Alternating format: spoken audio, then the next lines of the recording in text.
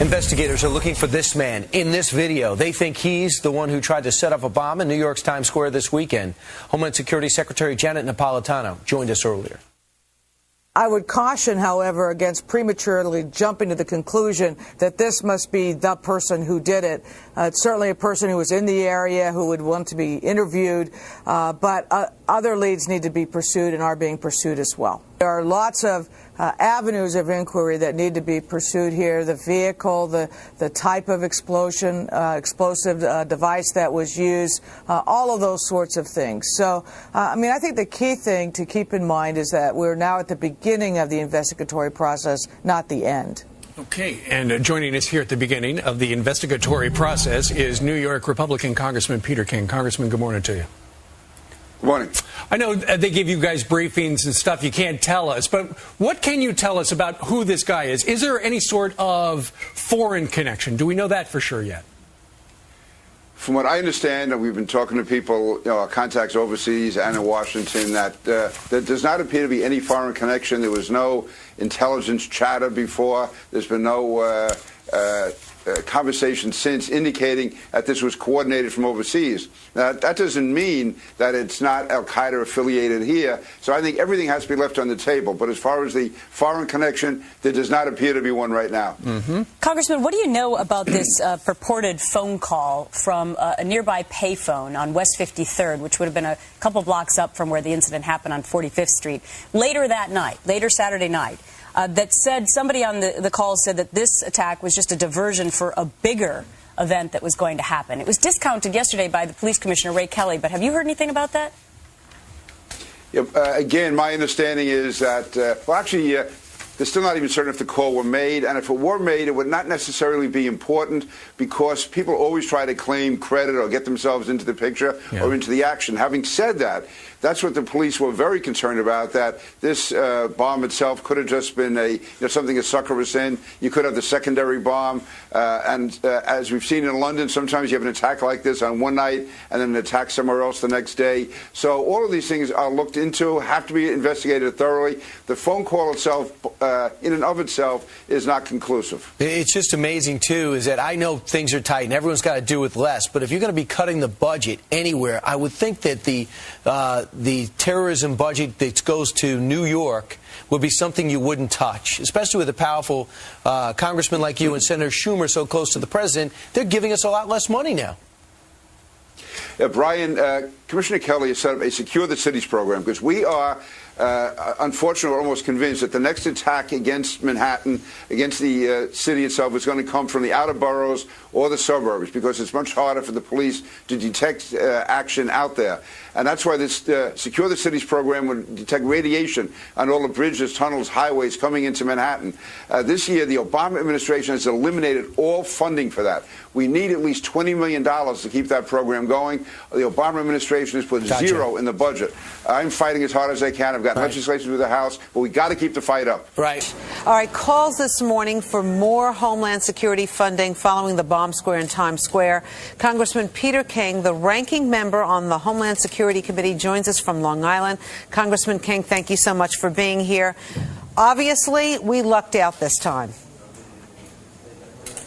Yeah, Rosanna, we did. But the fact is, New York City, particularly Manhattan, is the #1 terrorist target in the world. Commissioner Kelly has set up an elaborate program of defenses. We have 1,000 police officers working on counterterrorism. But the fact is we need more. Commissioner Kelly, our worry is, our real fear is that the next attack, which was almost proven on Saturday night, whether or not that's a terrorist attack, it shows, though, that the next attack will be, we believe, come from the suburbs or the outer boroughs into Manhattan, along the bridges, the tunnels, the highways. So Commissioner Kelly has set up a Secure the Cities program, which would have radiation detectors all along those routes to ensure that dirty bombs or radioactive materials cannot be brought into the city. And yet this year, the Obama administration has cut off all the funding for that.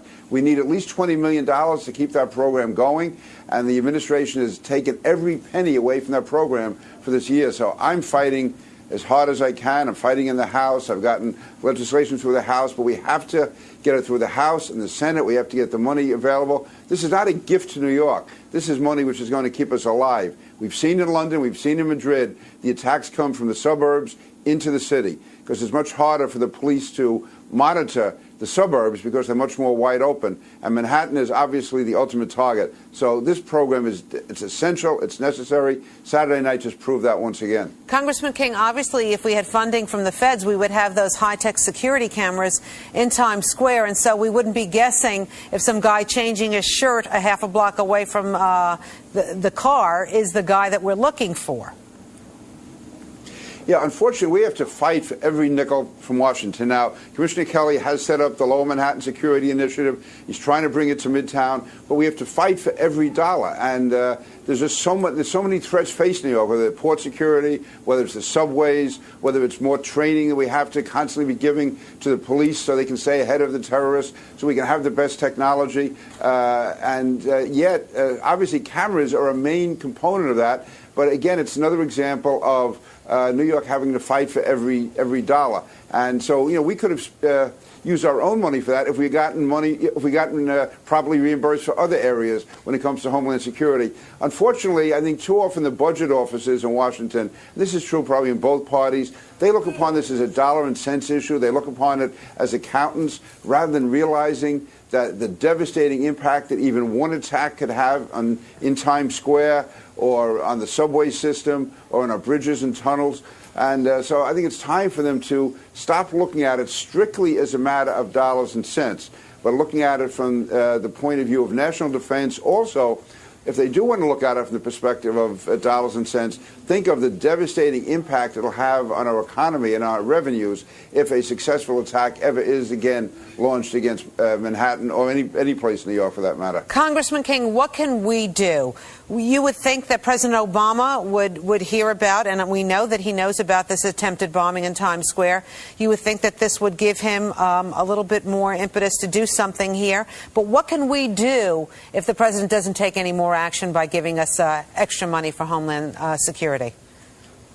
I would say all of us have an obligation. Obviously, citizens have the obligation to contact their member of Congress, contact their senators. And by the way, Senator Schumer and Senator Gillibrand also working on this issue as well. But we have to keep the political pressure on at all levels, and the people in the tri-state area should contact their Congress. Also, the media should highlight this. I think part of the problem is, Rosanna, it's human nature. A few days after this issue in Times Square is resolved, people are going to put it in the back of their heads. Like, unfortunately, too many people in Washington have put September 11th in the back of their heads. We have to keep it a front burner issue. It has to be an intense issue, which we can never let our guard down on. So I would just say keep the pressure on, and I would ask both citizens and the media to highlight it, to talk about it. We in New York know how bad it is, how terrible it could be, but yet somehow I think, we're reluctant to fight as hard as we can. Thank God we have people like Commissioner Kelly, Mayor Bloomberg, who are constantly fighting. But I can tell you, being in Washington and having to fight with people from outside New York, it gets very difficult at times, and we can never let down. Congressman Peter King, thank you.